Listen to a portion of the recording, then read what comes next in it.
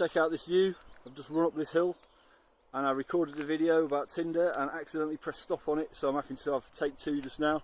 I did record a video before which was the second part of the Tinder series, but I wasn't happy with it because, well, I used the same word too many times. So here goes take two. Right, last time what I spoke about was how to set up a profile so that you get more people interested in liking you. This time what I'm going to talk about, as promised, is how to set it up. Well, not how to set it up, how to use Tinder so that you get more mutual likes. What I think a lot of guys do is they will look at a girl's pictures and start obsessing over her. They'll look through all the pictures for ages and start thinking about how good she looks, and maybe she'll talk to him, maybe she won't.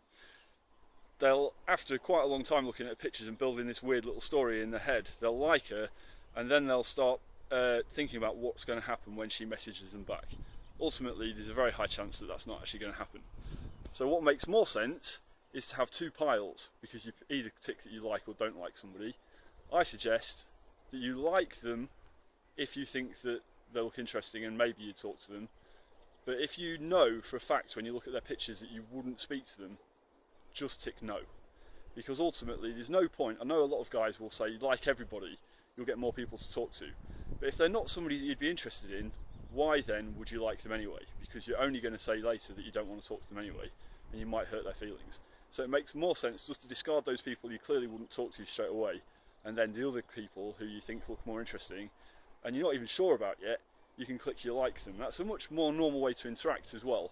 Making your mind up on somebody just based just purely on their looks, and then not caring what they say or what their personality is like, is kind of weird. So what you really ought to do is like them if you're interested in talking to them, but then don't make your final mind up until you've got talking to them later. So what you should do is have your maybe pile and your no pile, not a yes and no pile. Guys who are not very confident, they're the ones who they're going to make the mistake of obsessing over one girl's pictures, not looking at many girls. That girl's ultimately probably not going to like them anyway, and they're going to end up talking to nobody, and then they're going to think that Tinder doesn't work. Try it, see how you get on.